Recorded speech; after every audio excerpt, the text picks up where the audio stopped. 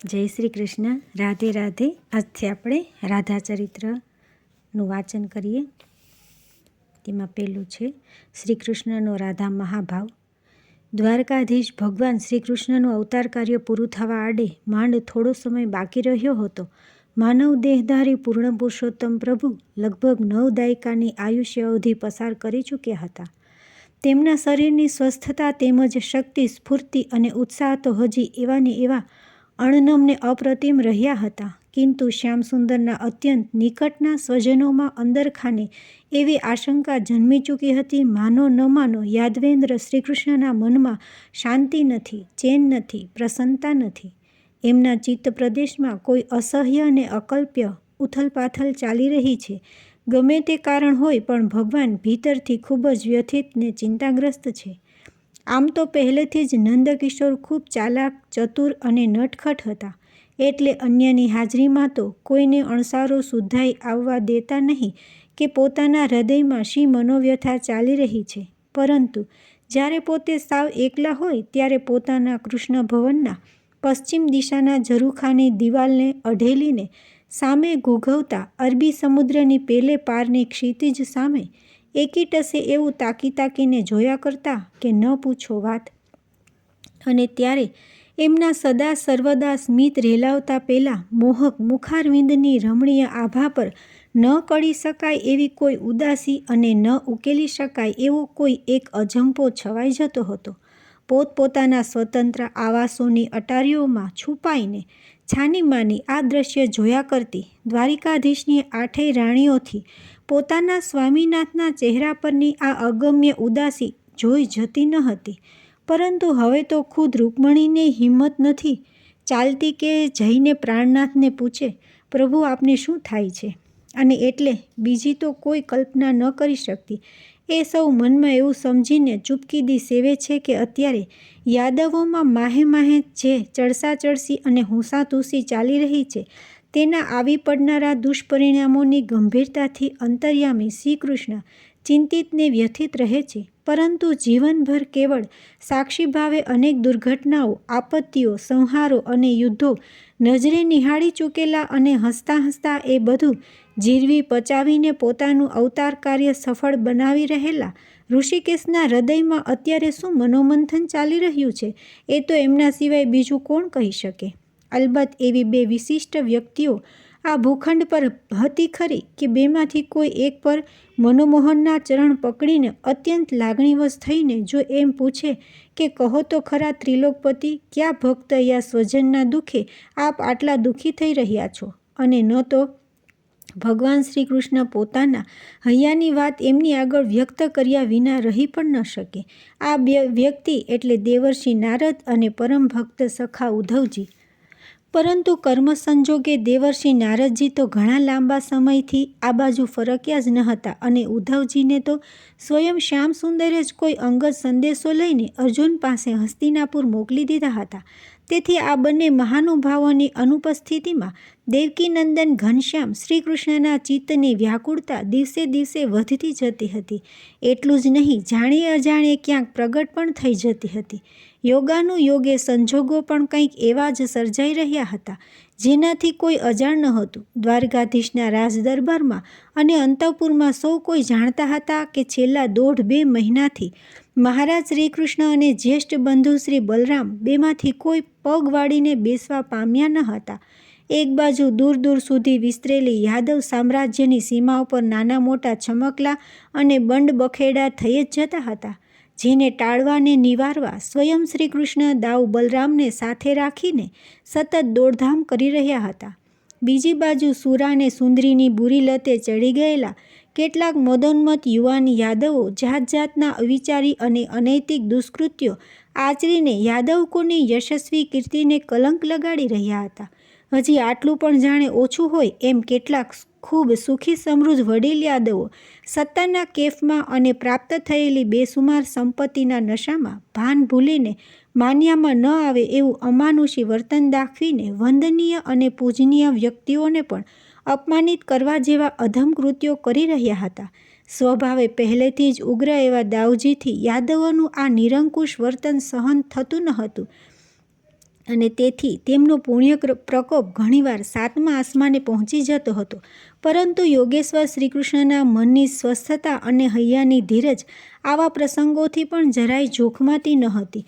ઉપરથી જે બનવાકાળ હોય તે બની જ જાય છે એમ કહીને તદ્દન અનાસક્ત ભાવે તેઓ મરક મરક હસવા લાગતા ત્યારે તો સૌ કોઈ આશ્ચર્યચકિત થઈ જતા હતા. અને તે પછી યાદવેન્દ્રની પેલી આંતરિક ઉદાસી અને અગમ્ય મનોવ્યથાનું રહસ્ય શું છે તે પામવા એક બાજુ વસુદેવ, દેવકી અને રોહિણીમાં મથી રહ્યા હતા, તો બીજી બાજુ દાઉજી અને પટરાણી રૂકમણી પણ પોતપોતાની રીતે પ્રયત્નો કરી રહ્યા હતા.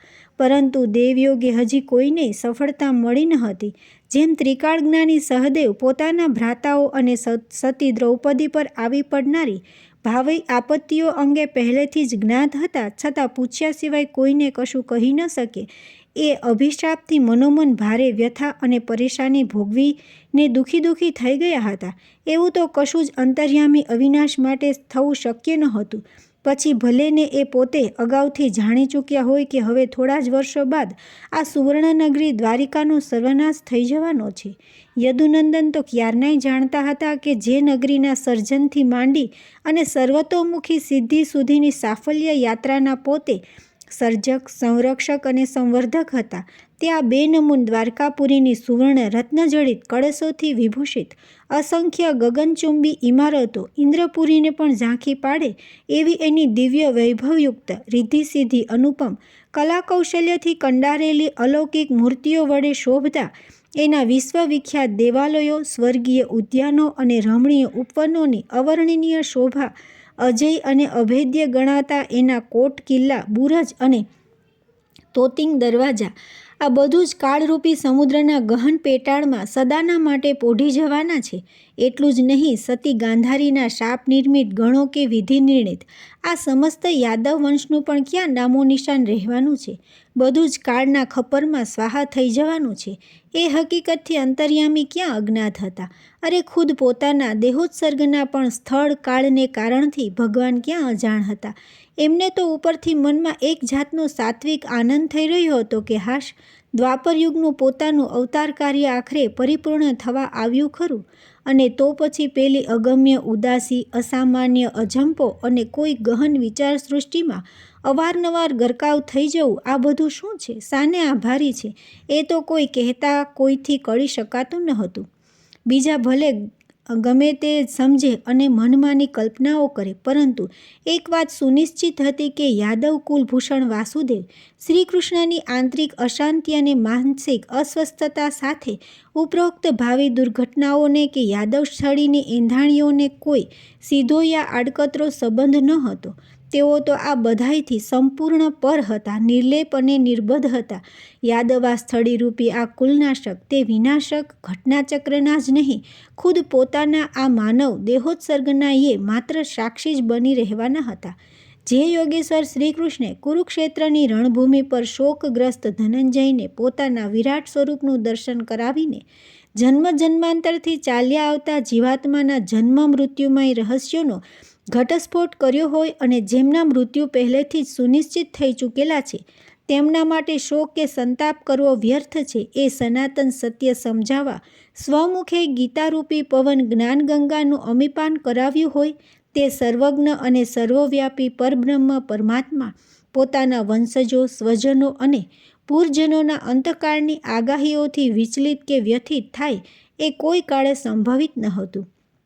અને છતાં કંઈક એવું જરૂર હતું જેણે આ આનંદઘન સચ્ચિદાનંદ સ્વરૂપ સર્વશક્તિમાન સુદર્શન ચક્રધારી શ્રીકૃષ્ણની નીંદ હરી લીધી હતી, ચેન ચોરી લીધું હતું અને વ્રજહૃદય વ્રજેન્દ્ર નંદનના હૃદયને ભીતરથી ભીંજવી પણ દીધું હતું. માનવ દેહધારી સામાન્ય જીવધારી માટે તો એવું કહેવાય છે કે જ્યારે એ વૃદ્ધાવસ્થાને આરે આવી પહોંચે છે અને એની જીવન નાવ ધીરે ધીરે મૃત્યુના કિનારા ભણી આગળ ધપતી જાય છે, ત્યારે એના મનઃચક્ષુ સમક્ષ જીવનભર પોતે ખેલેલા સંઘર્ષો, અનુભવેલી સુખદ દુઃખદ ઘટનાઓના સંસ્મરણો, સહન કરેલા આઘાત પ્રત્યાઘાતની સ્મૃતિઓ સળવળે છે. એટલું જ નહીં, પોતે બાલ્યાવસ્થાથી વૃદ્ધાવસ્થા સુધી જીવનકાળ દરમિયાન આચરેલા યાદગાર જીવન વ્યવહારો અને આદરેલી પણ અધૂરી રહી ગયેલી ઈચ્છાઓ, મહત્વાકાંક્ષાઓ, આ બધું કોઈ ચલચિત્રના ગતિમંદ દ્રશ્યોની જેમ તાદ્રસ્થ થતા હોય છે. ચાહે એ આજીવન યોદ્ધો હોય કે અઠંગ કર્મવીર, જરાવસ્થાની કે અંતકાળની આ ગતિવિધિ અને મનોગત ક્રિયા પ્રક્રિયા એને નખશીખ હચમચાવી મૂકે જ છે. જો એણે જીવનભર નિસ્વાર્થ ભાવે પરોપકારયુક્ત સેવા જ કાર્યો કર્યા હોય તો એ અંગેની ઘટનાઓના દ્રશ્યોથી તેને સાત્વિક આનંદનો રોમાંચ થતો હોય છે. પરંતુ જો એણે છળ કપટ અને વિશ્વાસઘાતી કંઈકના જીવન બરબાદ કર્યા હોય તો એ બધી દુર્ઘટનાઓના દ્રશ્યો પ્રત્યક્ષ થતાં કોઈ અજ્ઞાન ભયથી એના રૂવાડા ખડા થઈ જાય છે. વસુદેવ દેવકીના આઠમા સંતાન રૂપે જન્મેલા શ્રીકૃષ્ણ જો રાજવંશી કુમાર કે માત્ર સાધારણ માનવી જ હોત તો કદાચ કિશોરાવસ્થામાં ગોકુળ ત્યજી મથુરાગમન કર્યું તે દિવસથી માંડી આજ દિન સુધીના એમના સંઘર્ષમય સુદીર્ઘ માનવ જીવનમાં બનેલી સેંકડો ઘટનાઓની ઘટમાળ એમના ચિત્ત પ્રદેશનો ક્યારનોય કબજો લઈ લીધો હોત. પરંતુ શ્રી વિષ્ણુના વિસ્મા અવતાર રૂપે અવની પર અવતરેલા આ જનાર્દન જગદીશ માટે એમાંનું તો કંઈ કહેતા કંઈ પણ થવું શક્ય નહોતું. કેમ કે આ 9 દાયકાના જીવનકાળ દરમિયાન પોતે સ્વયં કરેલી યા અન્યને પ્રેરણા માર્ગદર્શન આપીને કરાવેલી એ તમામ આર્યાવર્ત પ્રસિદ્ધ ઘટનાઓના નિર્માણમાં અને એના પરિણામમાં વસુદેવ શ્રીકૃષ્ણ તો એક નિમિત્ત માત્ર હતા. ક્યારેક વ્યવહારુ દાવપેચના અઠંગ ખેલંદા હતા તો ક્યારેક ઉપદેશક માર્ગદર્શક બનીને જોયા કરનારા માત્ર સાક્ષી હતા. ક્ષાત્ર ધર્મના પાલન અર્થે કંસવધથી કર્ણવધ સુધીની તમામ હત્યાઓમાં સ્ત્રી સન્માન અને સ્ત્રી સ્વાતંત્ર્યના રક્ષણાર્થે રૂકમણીહરણથી ઓખાહરણ સુધીની રોમાંચક કહાનીઓમાં મિત્ર ધર્મના નિભાવ અર્થે સુદામાથી સવ્યસાચી જેવા સખાઓને કરેલી સહાયમાં અન્યાય અને અધર્મોને પડકારવા સારું ગુરુપત્નીને પુત્ર પ્રદાન કરવાથી માંડી કૃષ્ણા પાંચાલીને ચીર પ્રદાન કરવા સુધીની ચમત્કારિક ઘટનાઓમાં ધર્મ સંસ્થાપનાર્થે અને સાધુ સંતોના હિતનું સંરક્ષણ કરવા અર્થે જ્યારે પણ જરૂર પડી ત્યારે સામ દામ દંડ અને ભેદ અજમાવવા અને બીજો કોઈ માર્ગ ન રહે ત્યારે ન છૂટકે સુદર્શન ચક્ર જેવા અમોઘ દિવ્ય અસ્ત્રનો પ્રયોગ કરવામાં નમ્રતા અને વિવેકનું જ્વલંત ઉદાહરણ પ્રસ્થાપિત કરવા યુધિષ્ઠિરના રાજસૂય યજ્ઞમાં આમંત્રિત ઋષિમુનિઓનું પાદ પ્રક્ષાલન કરવામાં અને દૂત ધર્મનું પાલન કરવા દુર્યોધનના મેવાત્યજી ભક્ત વિદુરજીની ઘરની ભાજી આરોગવામાં સત્ય ધર્મ ન્યાય અને નીતિ જેવા માનવીય મૂલ્યોનું પુનઃ પ્રસ્થાપન કરવાના શુભ હેતુથી મહાભારતના યુદ્ધમાં પાંડવ પક્ષે રહી કુંતીપુત્રોને વિજય અપાવવાથી માંડી છેલ્લે નરકાસુર અને સુરપતિ ઇન્દ્ર જેવાનું પણ ગર્વખંડન કરવામાં આ પરમાનંદ સ્વરૂપ સૃષ્ટિ સર્જનહાર શ્રીકૃષ્ણે જે કોઈ ભાગ ભજવ્યો હતો યા લીલા માયા આચરી હતી તે બધું જ માત્ર સાક્ષી ભાવે કરેલું દિવ્ય કર્મ જ હતું. તેથી એમાંનું કંઈ પણ આ પરબ્રહ્મ પરમાત્માને સ્પર્શી શકે એમ ન હતું. અને છતાં બીજી બાજુ એ પણ એક નિર્વિવાદ સત્ય હતું કે દ્વારિકાના રાજમહેલમાં સુખ સમૃદ્ધિના સર્વોત્તમ સિંહાસન પર બિરાજમાન થયેલા યદુનંદન અત્યારે કંઈક એવી અકથ્ય મૂંઝવણનો ને અસહ્ય અકળામણનો સાક્ષાત્કાર કરી રહ્યા હતા કે જેનો તાગ આકાશમાંથી નિરખી રહેલા બ્રહ્મા આદિ દેવો પણ નહોતા મેળવી શકતા. દ્વારિકાના ધણી જગન્નાથ શ્રીકૃષ્ણ ચિત્ત પ્રદેશમાં જન્મેલી આ મૂંઝવણ કે અકળામણ માનવ સહજ હતી કે દેવ દુર્લભ, કેવળ લાગણીજન્ય હતી કે અનુકંપામયી, સહજ સાધ્ય હતી કે અસાધ્ય, એ તો કેવળ એ જ યોગી પુરુષો અને ઉચ્ચ કોટીના સંતો સમજી શકવા સમર્થ હતા કે જેઓ પોતાની યોગ વિદ્યાના પ્રભાવે અને અનન્ય ભક્તિના ભાવે જાણતા હતા કે આ પરબ્રહ્મ પરમાત્માએ કૃષ્ણાવતારમાં કરેલી બધી જ લીલાઓ કંઈ સાક્ષી ભાવે કરેલી માત્ર લીલાઓ જ ન હતી. એમાંની કેટલીક તો સ્વયંસ્ફુરિત સ્વનિર્મિત અને અંતરની પ્રત્યક્ષ અનુભૂતિ રૂપ પણ હતી, જેના રંગે શ્યામ સુંદર ખૂબ રંગાયા હતા અને જેના ભાવથી પ્રભુ પોતે પણ પ્રેમથી ભીંજાયા હતા. અલબત્ત બાલ્યાવસ્થામાં મથુરાના કારાવાસમાં શ્રાવણ માસના કૃષ્ણ પક્ષની 8મની મધરાતે દેવકીની કુખે જન્મેલા આ નવજાત શિશુને એના પિતા વસુદેવે રાતોરાત નંદગાંવમાં નંદ યશોદાને ત્યાં હેમખેમ પહોંચાડી દીધા. તે દિવસથી શરૂ થયેલી અને મલ્લયુદ્ધમાં ભાગ લેવા કંસ દ્વારા મળેલું નિમંત્રણ સ્વીકારીને અક્રૂરજી સાથે આ કિશોર કાનકુંવર મથુરામાં પુનઃ પ્રવેશ પામ્યા. તે ઘટના સાથે પૂર્ણ થયેલી બાલમુકુંદના બાળપણની એક એક ક્ષણ એવી અનુપમ અને અલૌકિક હતી કે એને કેવળ સાક્ષી ભાવે વિતાવેલી બાલ્યાવસ્થા કોઈ કહી ન શકે. ગોકુળની ગાયો સાથે, વ્રજભૂમિના ગોપ ગોપાંગનાઓ સાથે, વાત્સલ્ય મૂર્તિ યશોદામૈયા સાથે અને સવિશેષ કરીને રાસની અધિષ્ઠાત્રી દેવી શ્રી રાધિકાજી સાથે રમવા, ફરવામાં, લડવા, ઝઘડવામાં, ખાવા ખવડાવવામાં, નાચવા ગાવામાં, રીસાવા મનાવવામાં આ માખણચોર ચિત્તચોર યશોદાનંદનને જે અભૂતપૂર્વ આનંદ પ્રમોદ અને અવિસ્મરણીય હર્ષોલ્લાસ માણ્યા હતા એમાં તો રજ માત્ર પણ પેલો ઈશ્વરી ભાવ કે સાક્ષી ભાવ ન હતો. એ તો કોઈ દિવ્યાતિ દિવ્ય અને મધુરાતિ મધુર મહાભાવ હતો.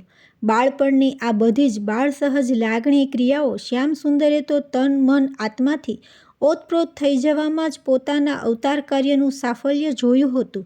એટલું જ નહીં, કેટલીક વાર તો અત્યંત મહાભાવમય મનોદશામાં પોતાની ઈશ્વરી ઐશ્વર્ય શક્તિનું ઔચિત્ય પણ પોતાની આનંદ સ્વરૂપા આહ્લાદની શક્તિ ગોલોકેશ્વરી રાસેશ્વરી શ્રી રાધિકાના ચરણકમળમાં ન્યોછાવર કરી દઈને ધન્યતા અને કૃતજ્ઞતાનો સ્વાનુભવ કર્યો હતો. પરિણામ સ્વરૂપ કૃષ્ણાવતારમાં જન્મની પ્રથમ મધ્યરાત્રિએ કરેલા મથુરા અભિનિષ્ક્રમણથી માંડી 1.5 દાયકાના ગાળા બાદ પુનઃ કરેલા મથુરા પ્રવેશ સુધીના સમયગાળા દરમિયાન પોતે વ્રજભૂમિમાં જે લીલા પ્રવૃત્તિઓ કેવળ સાક્ષી ભાવે નહીં પરંતુ આંતરિક અનુભૂતિના પ્રત્યક્ષ ભાવે કરી હતી એમાંની કેટલીક તો એવી અગમ્ય અને અકલ્પ્ય હતી કે શ્યામસુંદર પોતે કોઈને કહેવા ઈચ્છે તો પણ કહી શકતા ન હતા અને ભૂલવાનો લાખો પ્રયત્નો કરે તો પણ ભૂલી શકતાય ન હતા. અલબત્ત અત્યારે એ બધી ચિરંજીવી યાદગાર સ્મૃતિઓ કૃષ્ણ કનૈયાની હૃદયરૂપી ગુહાના અતલ ઊંડાણમાં અણમોલ ગોપનીય ખજાનાની ભાંતિ અકબંધ સચવાઈ રહી હતી. અક્ષત અને અખંડ સ્વરૂપે અણીશુદ્ધ જળવાઈ રહી હતી, કેમ કે એને બહાર કાઢીને વાગોળવાની કે ચિત્ત પ્રદેશમાં પુનર્જીવિત કરવાની યાદવેન્દ્ર દ્વારકાધીશને ફુરસદ જ ક્યાં મળી હતી. જે દિવસથી નંદનંદન યશોદાનંદન વ્રજભૂમિ છોડીને મથુરામાં આવ્યા અને કંસ વધ કર્યો ત્યાર પછી તો દેવકીનંદન વાસુદેવ શ્રી કૃષ્ણે સમસ્ત આર્યાવર્ત પર માયાવી રૂપે એવા છવાઈ ગયા અને દુષ્ટો નરાધમોને મૃત્યુદંડ દેવામાં યાદવોની સ્વતંત્ર અને સુરક્ષિત રાજધાની દ્વારિકા સૌરાષ્ટ્રના સાગર કાંઠે પ્રસ્થાપિત કરવામાં, ધર્મની પુનઃસ્થાપના કરવામાં તથા ગૌબ્રાહ્મણ પ્રતિપાળ રૂપે પૃથ્વી પરના પાપીઓનો નાશ કરવામાં એટલા બધા રચ્યા પચ્યા રહ્યા કે પેલું દિવ્ય બાળપણ એક અવશેષ રૂપે અંતરમાં ઢબુરાઈ ગયું. આટલું પણ અધૂરું હોય તેમ દ્વારિકાધીશ મહારાજ શ્રી કૃષ્ણ તરીકેની રાજકીય ધુરા વહન કરવામાં અને અષ્ટરાણીઓના હર્યાભર્યા સંસારની ગૃહસ્થાશ્રમી જવાબદારીઓ અદા કરવામાં એટલા બધા વ્યસ્ત અને કર્તવ્યપરસ્ત રહ્યા કે પાણીના પ્રવાહની જેમ આટલા બધા વર્ષો ક્યાં પસાર થઈ ગયા એની સમયના સ્વામીને પણ સુરતા ન રહી. પરંતુ હવે જ્યારે નજીકના ભવિષ્યમાં આ અવતાર કાર્ય પરિપૂર્ણ થવાના શુભાશુભ સંકેતો થવા લાગ્યા અને દિવ્ય ગોલોકધામમાં પ્રભુના પુનરાગમનની પૂર્વ તૈયારીઓ અર્થે થઈ રહેલા જયઘોષના અંતરનાદ અંતર્યામીના અંતરમાં પડઘાવા લાગ્યા, ત્યારે ગોલોકેશ્વર ભગવાન શ્રી કૃષ્ણને ગોલોકની યાદ સાથે અતૂટપણે સંકળાયેલી ગોલોકેશ્વરી શ્રી રાધારાણીની રમણીય યાદ આવી અને હવે જેમ બને તેમ જલ્દી આ માનવ દેહનો પરિત્યાગ કરીને ગોલોક ગમન કરવા સારું પ્રભુ ઉત્કંઠિત થઈ ઉઠ્યા. અને ત્યાં એમને આકસ્મિક સ્મરણ થયું કે અત્યારે ગોલોકમાં ગોલોકેશ્વરી હૃદયેશ્વરી શ્રી રાધિકા તો છે જ ક્યાં, એ તો ગોલોક પાર્ષદ શ્રીદામાના પ્રતિશાપથી બંધાઈને આ મૃત્યુલોકની વ્રજભૂમિમાં વૃષભાણ નંદિની અને કીર્તિદા કુમારી રૂપે જન્મ ધરીને મનુષ્ય યોનિમાં તમે 100 વર્ષ સુધી પ્રભુના વિરહાગ્નિમાં તડપ્યા કરશો એ શાપનું વિમોચન કરી રહ્યા છે. અને એટલું યાદ આવતા જ વર્ષોથી જે અમર સ્મૃતિપુંજ પ્રભુના અંતઃસ્થલમાં સુસુપ્ત હતો તે સળવળ્યો, જાગૃત થયો અને અંતરના અભેદ પડળ ભેદીને શ્યામસુંદરના દિલ દિમાગ પર એવો છવાઈ ગયો કે બસ પછી તો સૂતા બેસતા, ખાતા પીતા, હરતા ફરતા અને હર કોઈ દૈનિક ક્રિયા કરતા મુરલી મનોહર ગોપીજન વલ્લભ મધુસૂદનને વ્રજભૂમિમાં ગાળેલા બાળપણના એ દિવસોની તીવ્ર યાદ સતાવા લાગી. એમનું મન વ્યાકુળ રહી રહીને યમુના તટની કુંજ નિકુંજોની માં દોડી જવા લાગ્યું. કાલિંદીનો એ જળભરપૂરો કાંઠો, કદમનું પેલું વૃક્ષ, બંસીબટનું વનોરમ વાતાવરણ અને મધુવનનું નૈસર્ગિક સૌંદર્ય શ્યામસુંદરના સ્મૃતિ તટ પર તાદર્શ થવા લાગ્યું. કૃષ્ણ કનૈયાના કર્ણપટલ પર પેલા ચીર પરિચિત નિનાદના પ્રતિઘોષ પડવા લાગ્યા. ઘડીમાં એમને પોતે વિસારી દીધેલ વાંસળીનો હૈયો વીંધી નાખે એવો કરુણ વેણુનાદ સંભળાવા લાગ્યો. તો ઘડુકમાં ગોકુળની હિજરાતીને ભાંભરની ગૌમાતાઓનો કર્ણભેદક પોકાર કાને અથડાવા લાગ્યો.